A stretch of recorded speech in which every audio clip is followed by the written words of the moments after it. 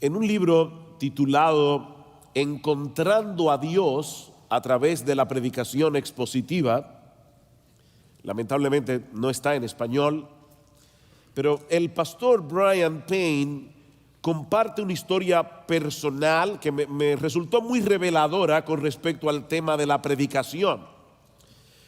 Él dice que cuando llevaba año y medio sirviendo como pastor en la iglesia donde se encuentra actualmente, alrededor de 80 personas se fueron de la iglesia, alegando, entre otras cosas, que sus sermones eran demasiado largos, demasiado doctrinales y demasiado profundos. Solo como una aclaración, los sermones de este hermano duran entre 45 y 50 minutos. Ahora, como ustedes se pueden imaginar, estas críticas fueron devastadoras para este hermano, a la vez que lo llevaron a cuestionarse si debía persistir predicando expositivamente la palabra, sobre todo tomando en cuenta que hay una gran cantidad de personas que visitan las iglesias y que no están entrenadas para escuchar y seguir la argumentación de este tipo de predicación.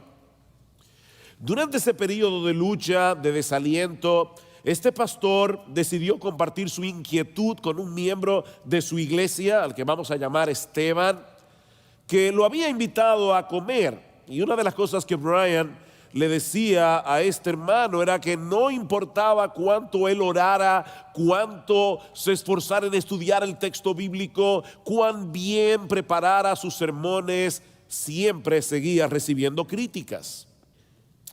Esteban lo escuchó atentamente y cuando el pastor terminó de hablar, le dijo muy sabiamente: mantente haciendo lo que estás haciendo.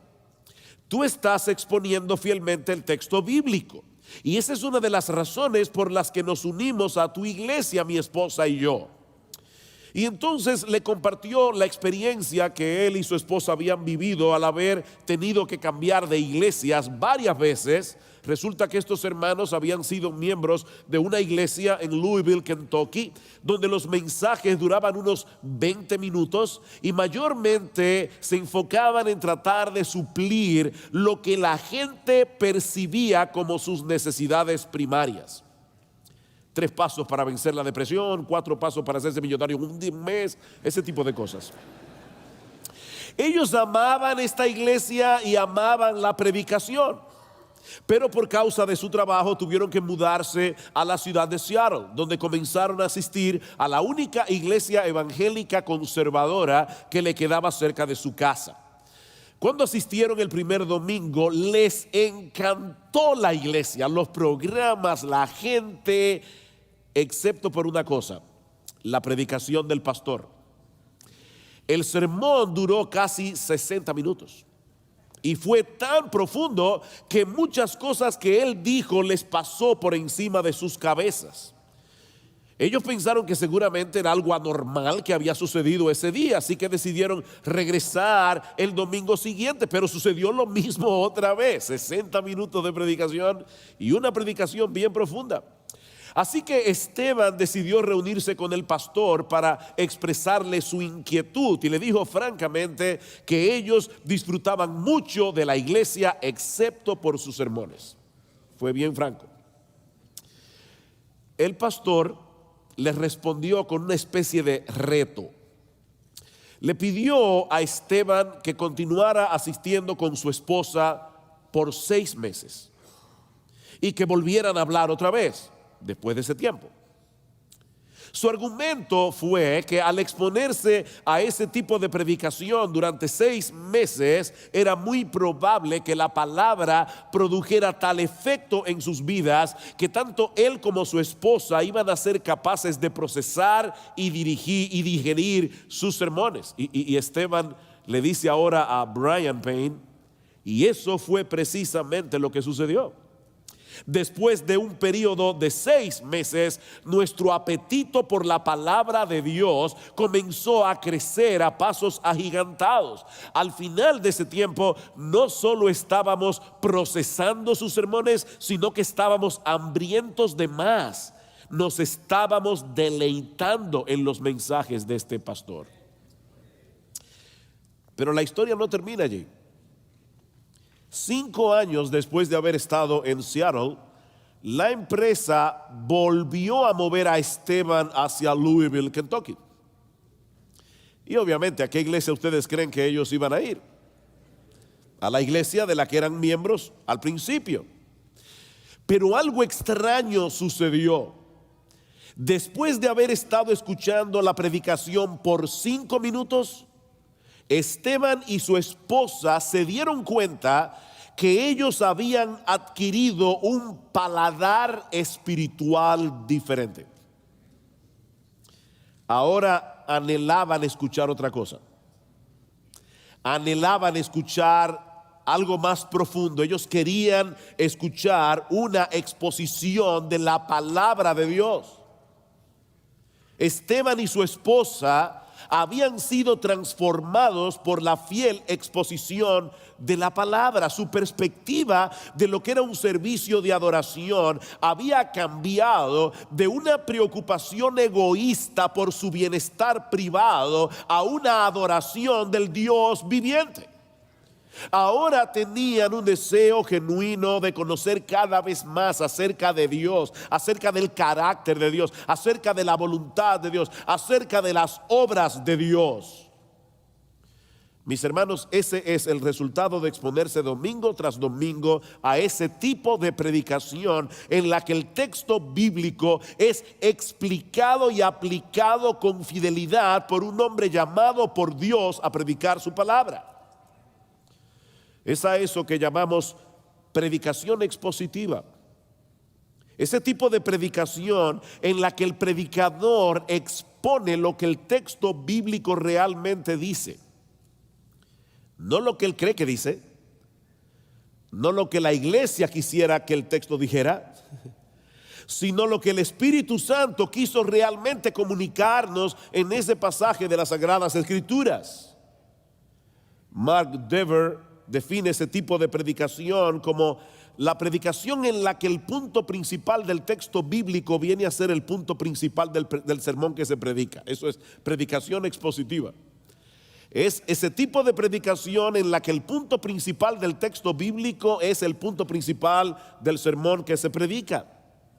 Y lo que yo quiero hacer en esta mañana es presentar una defensa de ese tipo de predicación.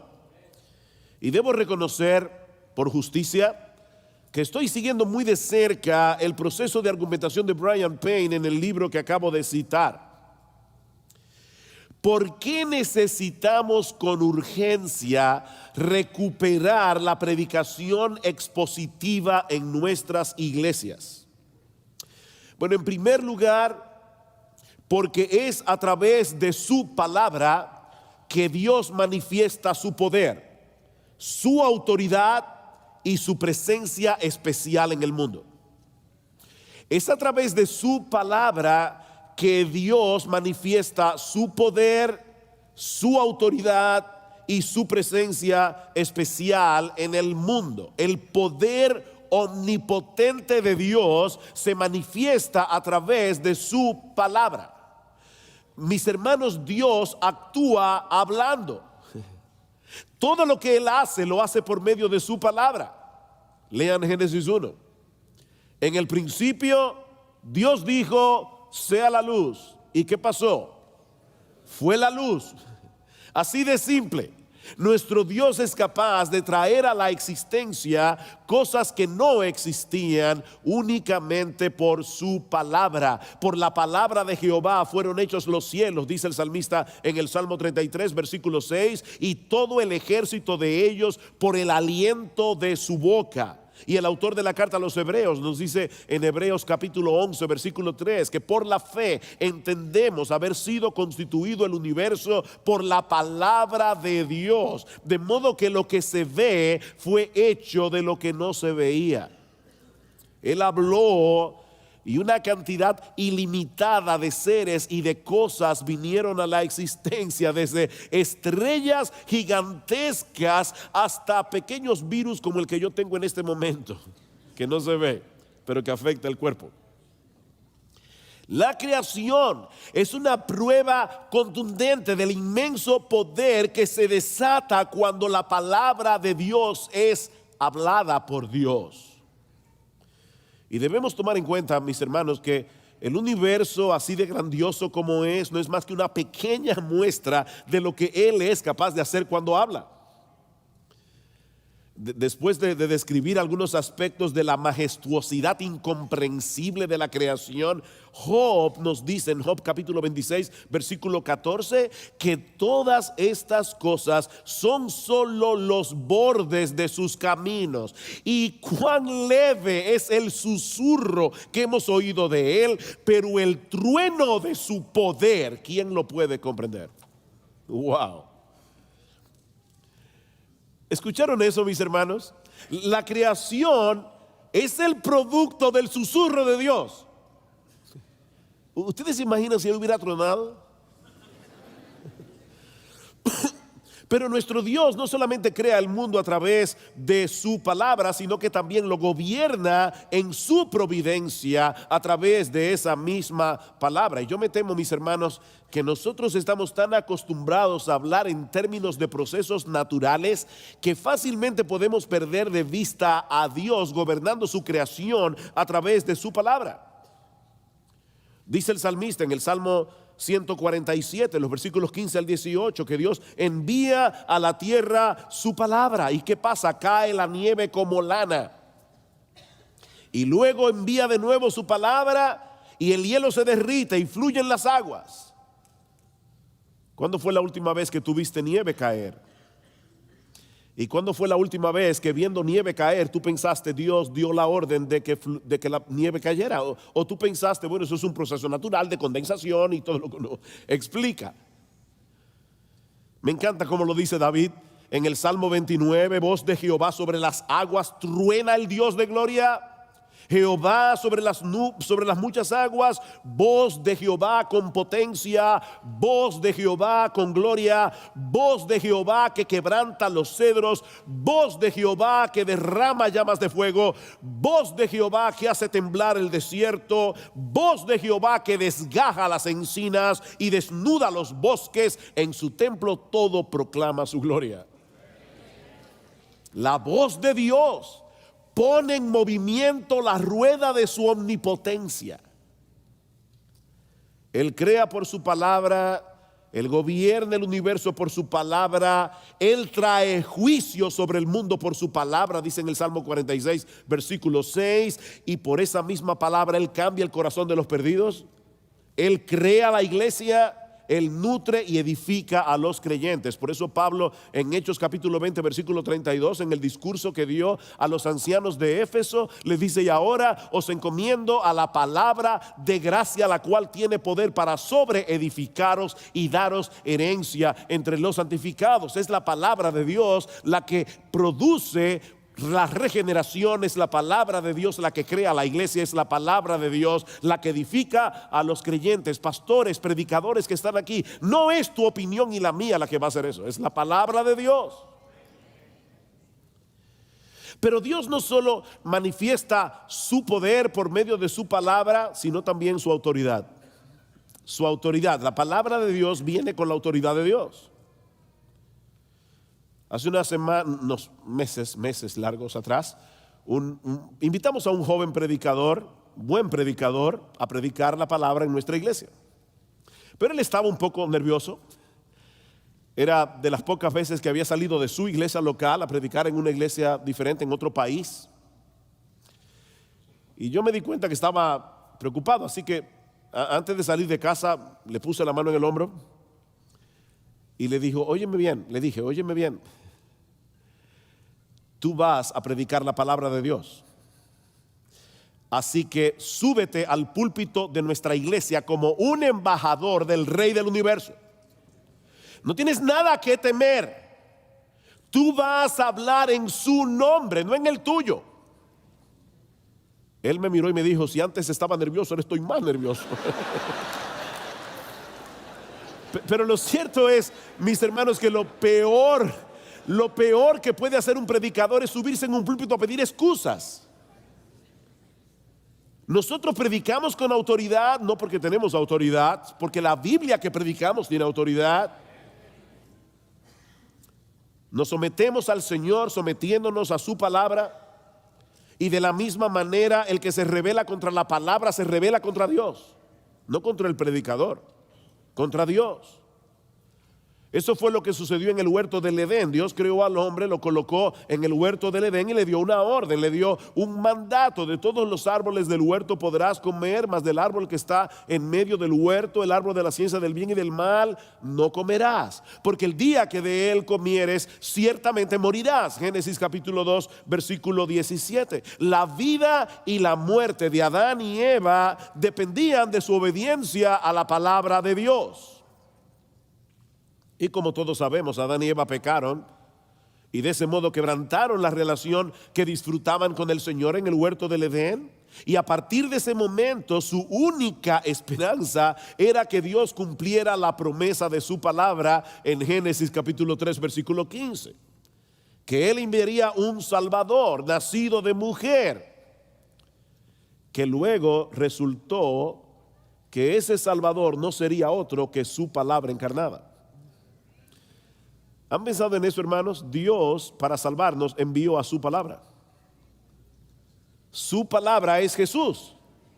Es de eso que se trata toda la Biblia, de que Dios al final de la historia iba a enviar su palabra encarnada. En el principio era el verbo era con Dios y el verbo era Dios, y este verbo fue hecho carne, Juan 1:14, y vimos su gloria, gloria como del unigénito del Padre, lleno de gracia y de verdad. Dios envió su palabra con la que Él creó el mundo, con la que Él sostiene el universo. Dios envió a su palabra a salvarnos.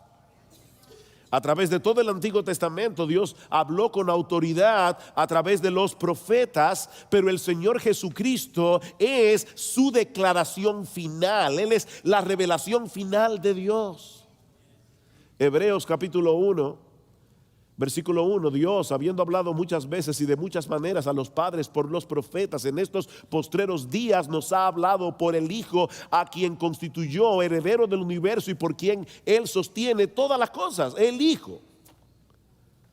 ¿Saben que en el texto original lo que el texto dice es que Dios, habiendo hablado de muchas maneras a los padres por los profetas, en estos días nos ha hablado en Hijo? Eso es lo que dice el texto literalmente. Uno de los problemas que muchos de ustedes tienen viviendo en este país es que ustedes hablan español, pero muchos de sus hijos se acostumbran a hablar inglés. Y ahora uno dice, bueno, el idioma en el que yo me expreso mejor es en español, pero mi hijo, el inglés, es el idioma en que él se expresa mejor. Bueno, mis hermanos, lo que dice el autor de la carta a los Hebreos es que el mejor idioma en que Dios se expresa es en Hijo.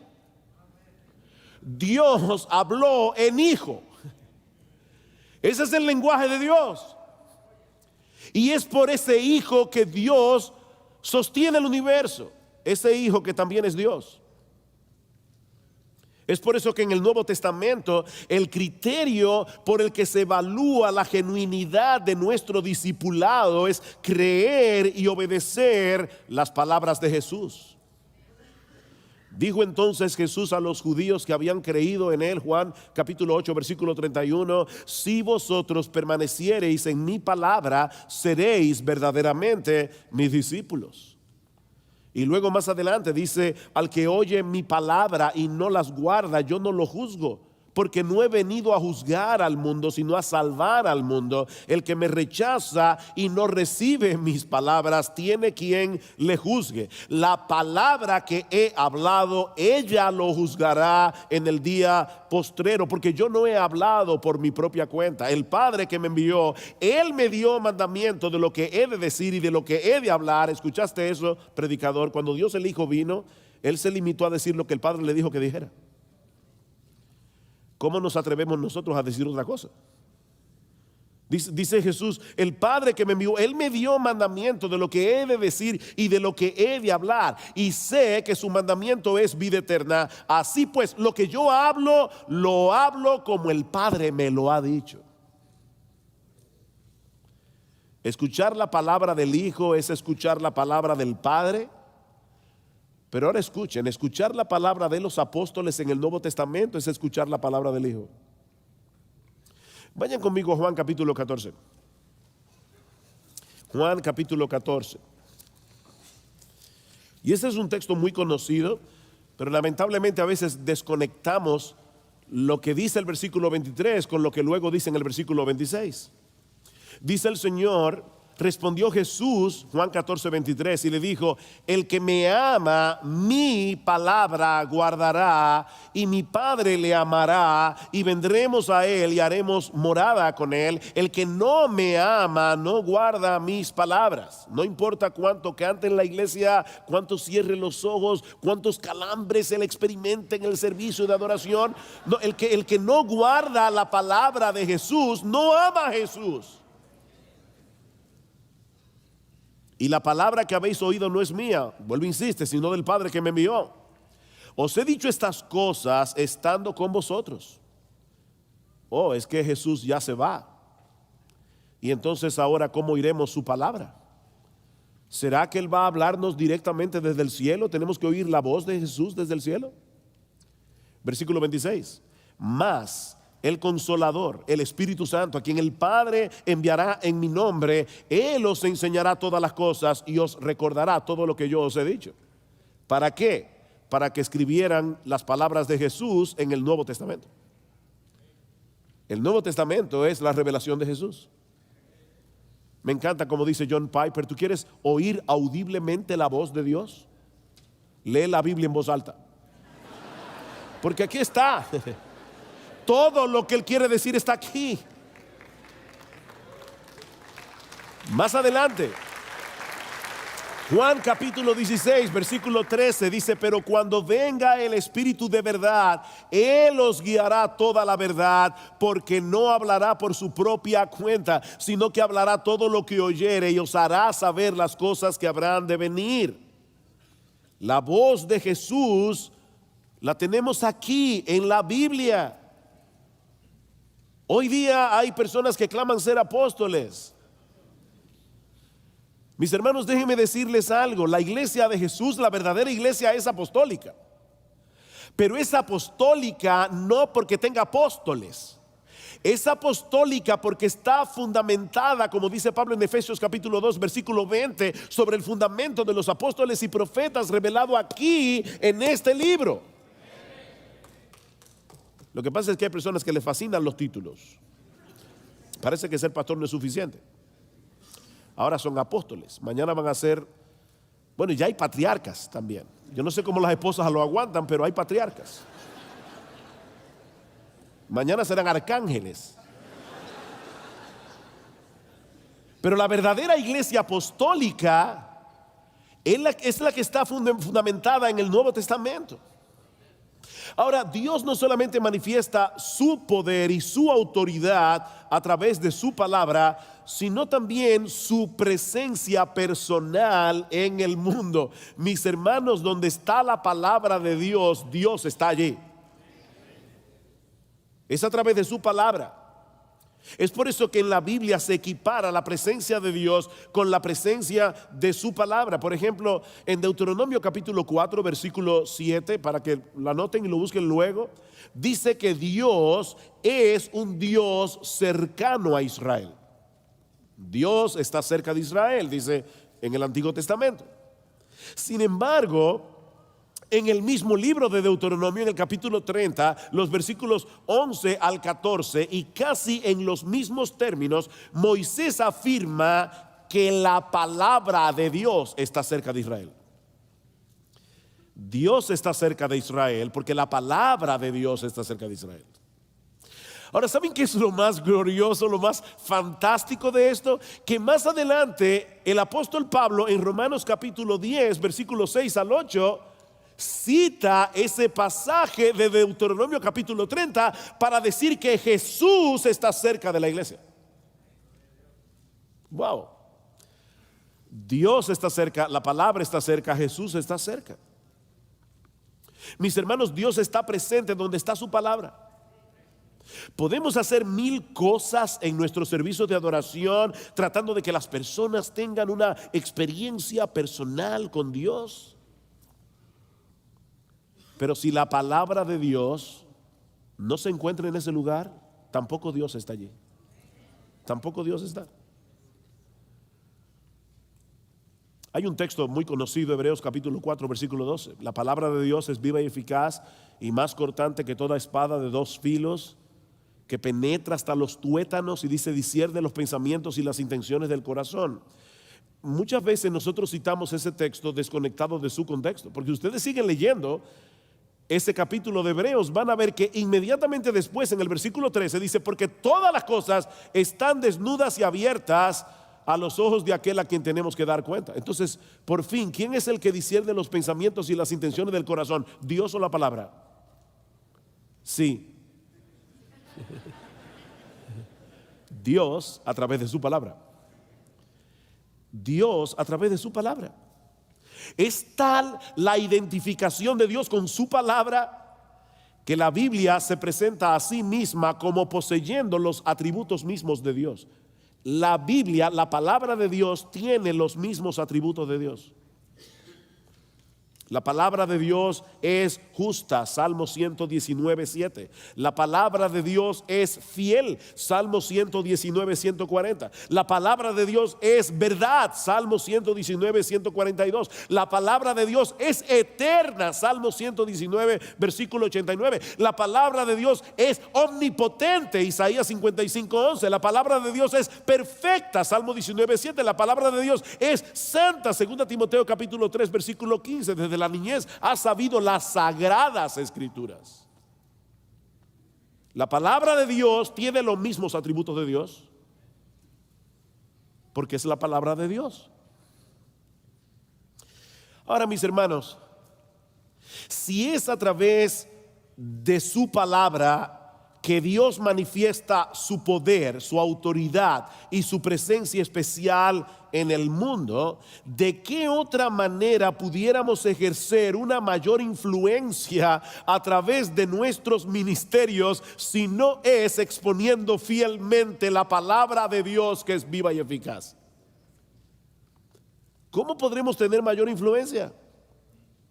Si realmente creemos lo que Dios nos dice en su palabra acerca de su palabra, y esto no es redundante, lo que Dios nos dice en su palabra acerca de su palabra, si nosotros creemos eso, no vamos a querer hacer otra cosa que ser megáfonos de la voz de Dios al exponer el texto bíblico. Una cosa se deriva de la otra. Si la Biblia es lo que ella dice que es, entonces nuestra tarea no puede ser otra que la de dejar oír en nuestra predicación lo que el texto dice en su contexto, porque es Dios el que habla en su palabra. Ahora, esa no es una mera inferencia de la naturaleza de las Escrituras. Y aquí viene mi segundo punto. ¿Por qué debemos predicar expositivamente? ¿Por qué debemos recuperar la predicación expositiva?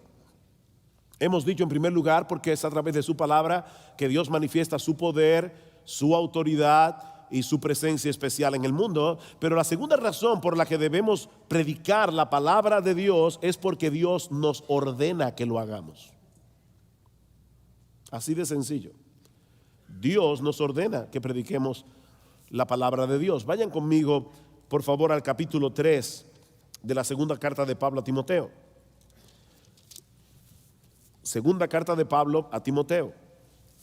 Como ustedes saben, esta fue la última carta que Pablo escribió, estando a punto de morir martirizado en la ciudad de Roma. De manera que esta carta es algo así como su testamento espiritual. Ese es el legado que él dejó en manos de su hijo en la fe, sabiendo de antemano que Timoteo iba a tener que enfrentar muchas dificultades. Dice en el capítulo 3, versículo 1, también debes saber esto, que en los postreros días vendrán tiempos peligrosos.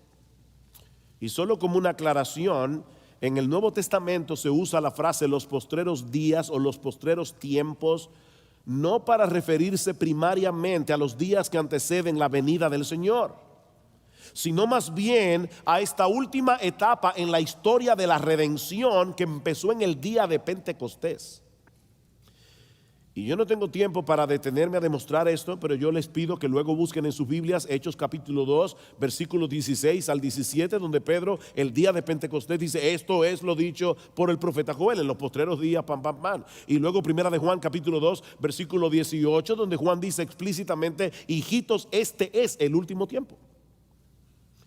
Esta es la última etapa en la historia de la redención. De manera que Timoteo y nosotros nos encontramos dentro de esa misma etapa de la historia redentora que Pablo describe como tiempos peligrosos.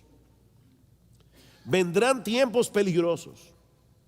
¿Y cuál es la naturaleza del peligro que tanto Timoteo como nosotros vamos a enfrentar en nuestros ministerios? Versículo 2.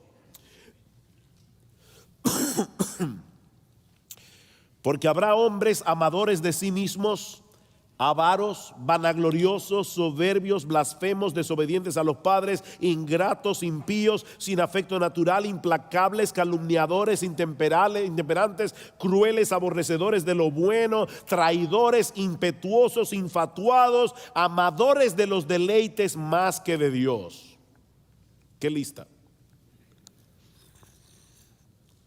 Ahora, alguien pudiera pensar que esos rasgos de carácter que Pablo acaba de mencionar aquí han estado presentes entre los impíos desde que el mundo es mundo. ¿No es así? Pero hay una diferencia fundamental, y es que en los postreros días estos hombres no van a estar solo en el mundo. Lo que hace peligroso estos postreros tiempos es que esos hombres van a estar en la iglesia. Oh, ahí está la diferencia, versículo 5, que tendrán apariencia de piedad, pero negarán la eficacia de ella. A estos evita, versículo 8, y de la manera que Janes y Jambres resistieron a Moisés, así también estos resisten a la verdad, hombres corruptos de entendimiento, réprobos en cuanto a la fe. Mis hermanos, las personas que Pablo está describiendo aquí no están fuera de las iglesias, están adentro y fascinando a mucha gente con sus enseñanzas. Y eso es lo que Pablo va a decir más adelante. Lo veremos ahora cuando Pablo dice: Timoteo, predica la palabra, porque vendrá tiempo cuando no sufrirán la sana doctrina, sino que teniendo comezón de oír, amontonarán maestros conforme a sus propias concupiscencias. El problema, el peligro de los últimos tiempos es que estos hombres van a estar en la iglesia, fascinando a las personas. Es un cuadro aterrador. ¿Cómo se supone que los ministros del evangelio vamos a poder hacer la obra del Señor cuando este tipo de persona está tratando de infiltrarse en las iglesias vestidos de ovejas, disfrazados de ovejas? Algo interesante en esta lista de adjetivos, si tú la puedes leer en el idioma original, y para eso está Logos, los que no pueden ir al seminario, un anuncio gratuito. ¿Dónde está José? José está por aquí, José Martínez. Si tú lees esa lista en el idioma original, te vas a dar cuenta que la lista comienza con dos palabras que poseen el prefijo philos, que significa amor. Dice amadores de sí mismos y amadores del dinero, filargurio, amadores del dinero. Pero la lista termina con otras dos palabras que tienen el mismo prefijo. Eso no se ve en español, pero dice amadores de los deleites en vez de ser amadores de Dios. De manera, mis hermanos, que el problema de esta gente no radica en el hecho de que ellos hacen cosas malas. Se trata de algo más profundo. Su corazón está tan dañado sus corazones están tan dañados que ellos aman lo que no deben amar y ellos aborrecen lo que no deben aborrecer. Es de esa fuente corrupta que brota todo lo demás. Y de hecho, de paso, ¿saben por qué mucha gente prefiere seguir las enseñanzas de hombres como estos en vez de seguir las enseñanzas de los predicadores fieles de la palabra de Dios? Porque sus corazones están tan dañados como el corazón de sus maestros. Es por eso que las iglesias de la prosperidad están llenas de gente. Están llenas de personas amadores de sí mismas y están llenas de personas amadoras del dinero. Los que predican se aman a sí mismos y aman el dinero, y los que lo escuchan se aman a sí mismos y aman el dinero. Por eso están llenas de personas. Ahora bien, ¿hay algo que nosotros como pastores podamos hacer o decir que sea capaz de cambiar radicalmente el curso de los afectos de esas personas? ¿Existe algún programa, existe algún tratamiento psicológico que sea capaz de cambiar el corazón de estas personas para que en vez de ser amadores de sí mismos, amen a Dios y a los demás? Para que en vez de ser amadores del dinero, amen la verdad. ¿Qué podemos hacer nosotros? Nada. Nada. No tenemos capacidad para hacer eso. No podemos cambiar el curso de los afectos de esas personas. Esas personas no pueden cambiar porque no quieren cambiar. Y nosotros no podemos hacer absolutamente nada en nuestra propia capacidad para cambiar el curso de sus afectos. Esa es una de las razones por la que el ministerio nunca ha sido fácil y nunca lo será. Versículo 10. Pero tú has seguido mi doctrina, conducta, propósito, fe, longanimidad, amor, paciencia, persecuciones, padecimientos como los que me sobrevinieron en Antioquía, en Iconio, en Listra, persecuciones que he sufrido y de todas me ha librado el Señor. Y también todos los que quieren vivir piadosamente en Cristo Jesús padecerán persecución. Mas los malos hombres y los engañadores irán de mal en peor, engañando y siendo engañados. Engañando y siendo engañados. Esa no parece ser una nota muy alentadora para un joven pastor como Timoteo, que para colmo de males podemos inferir de las cartas de Pablo que Timoteo tenía una tendencia a retraerse.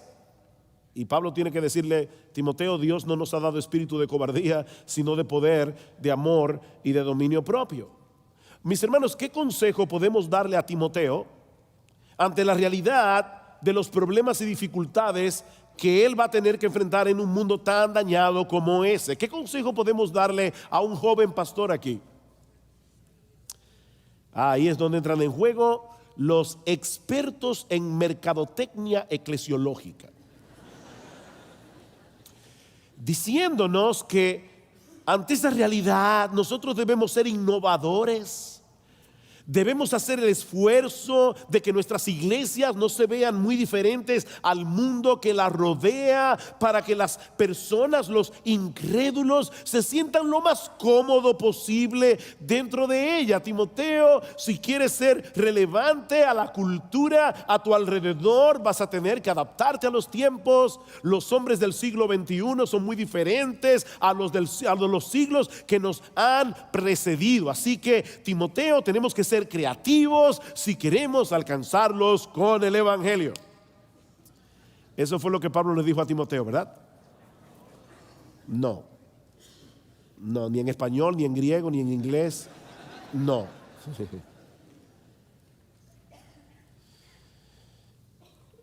Alguien dijo muy sabiamente: la forma, lo voy a decir tranquilo, yo a veces soy enfático, lo voy a decir tranquilo para que caiga así.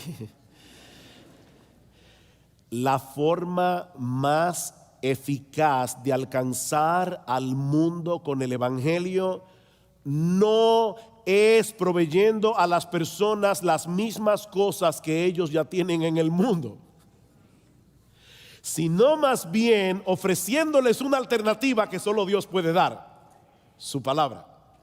Versículo 14. Pero persiste tú. ¿Ven el contraste?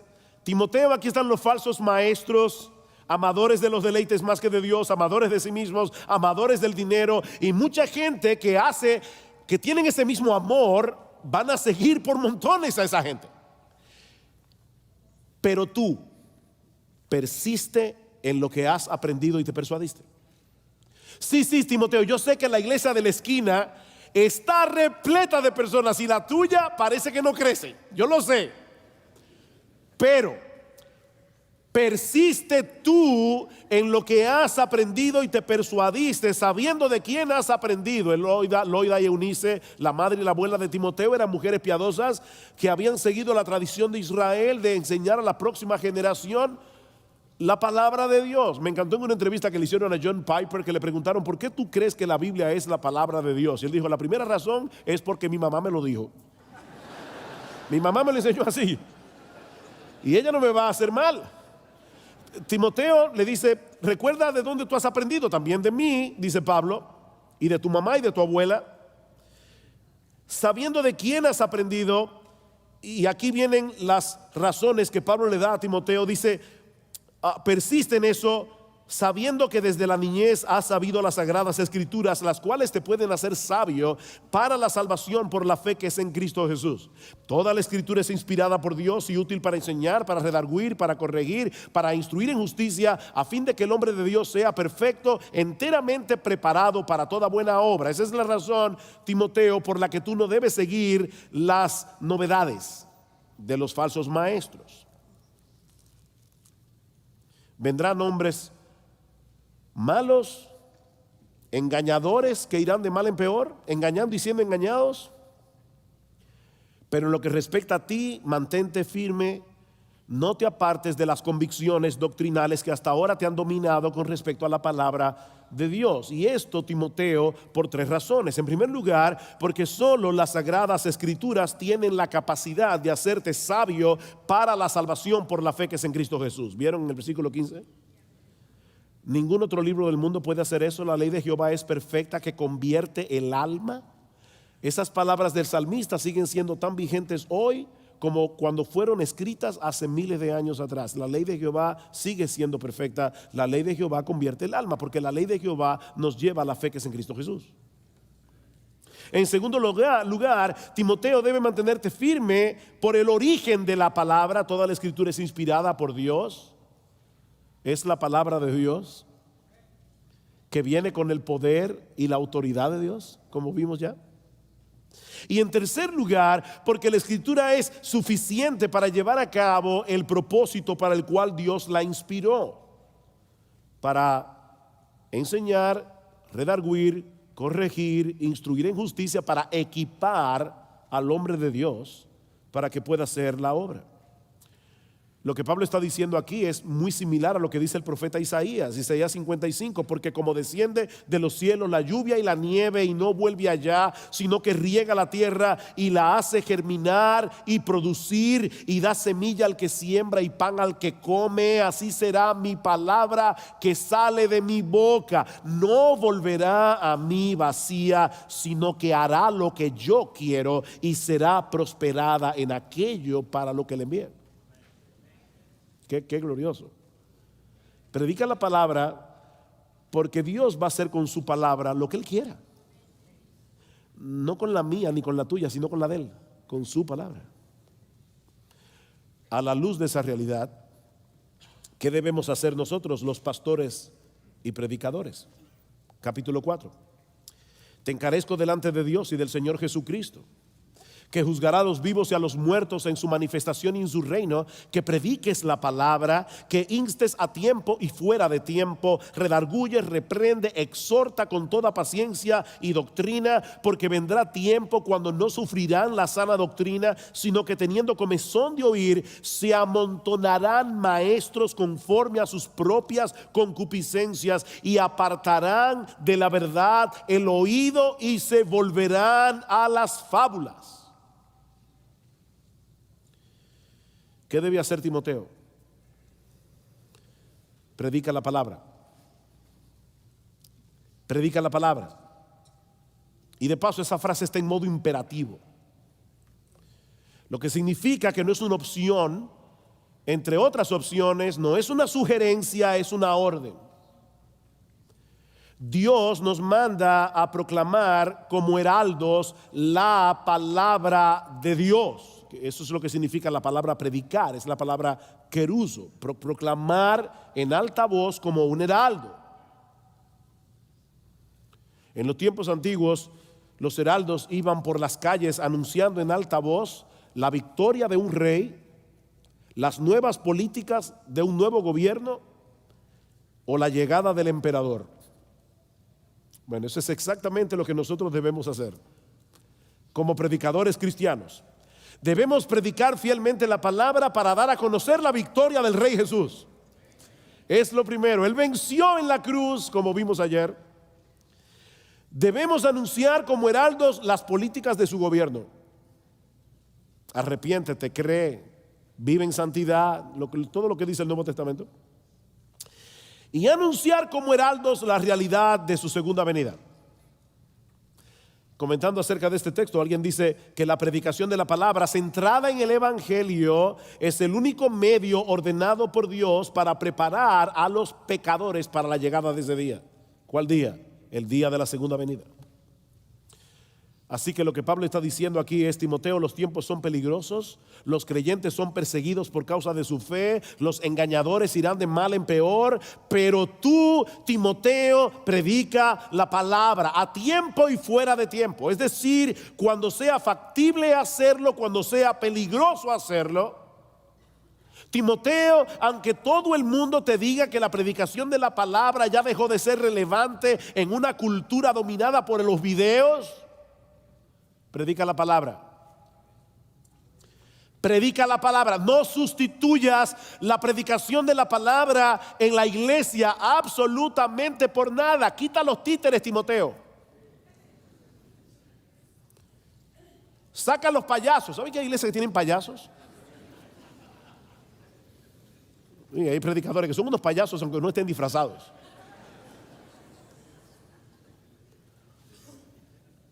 Una vez oí a un siervo de Dios diciendo: no se puede ser profeta y payaso al mismo tiempo.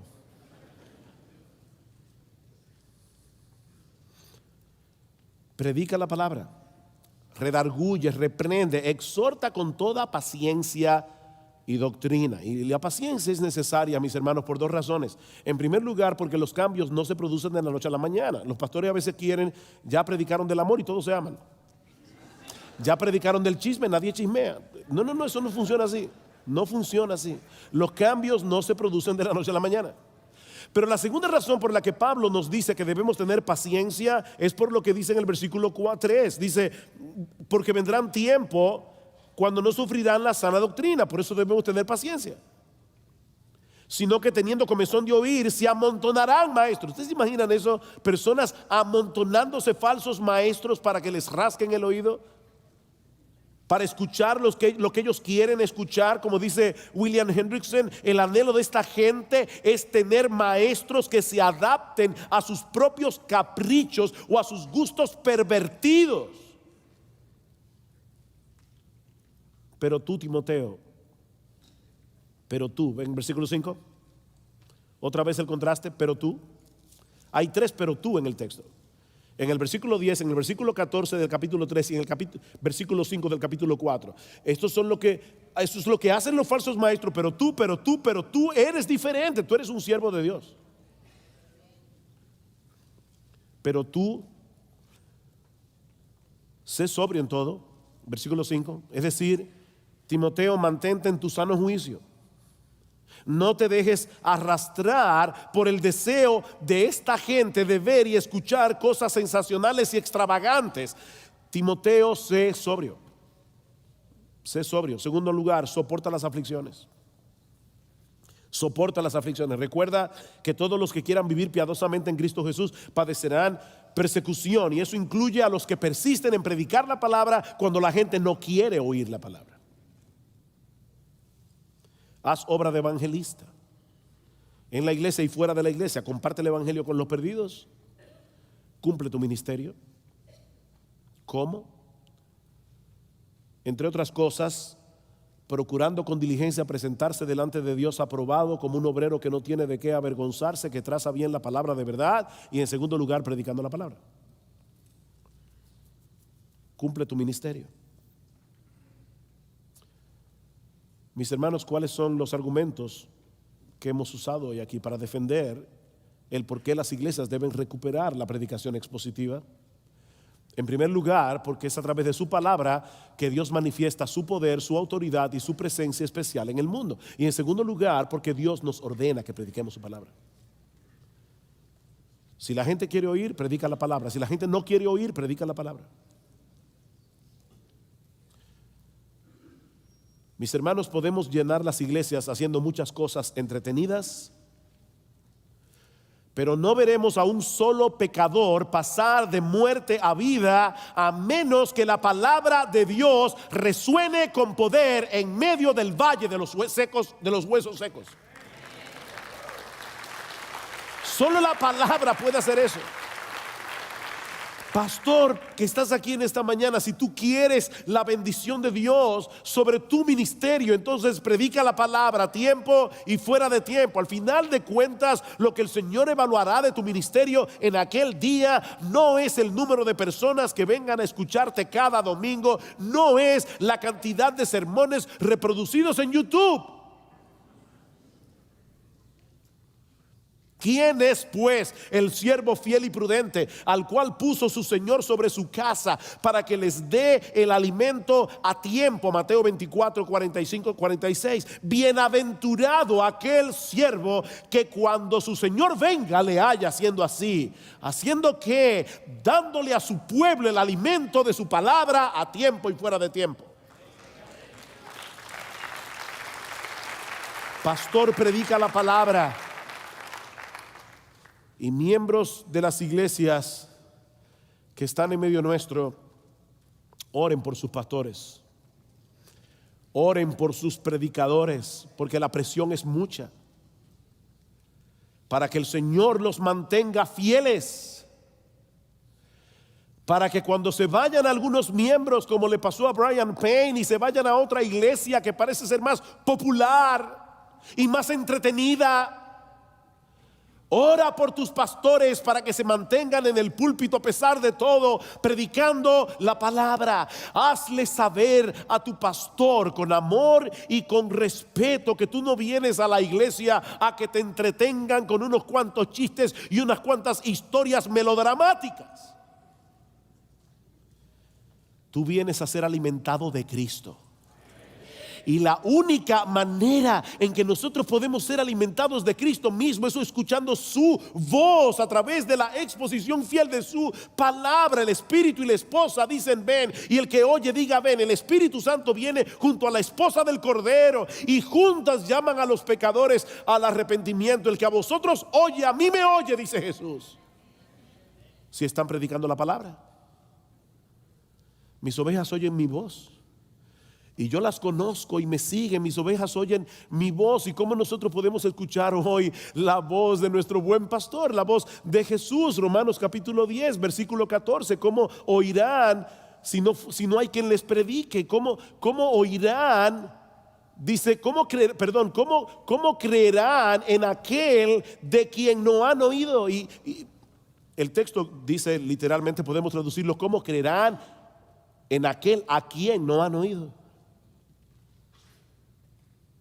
No podemos creer en Cristo a menos que oigamos a Cristo. Es lo que dice Juan capítulo 10. Pero ¿cómo oímos a Cristo? Versículo 17.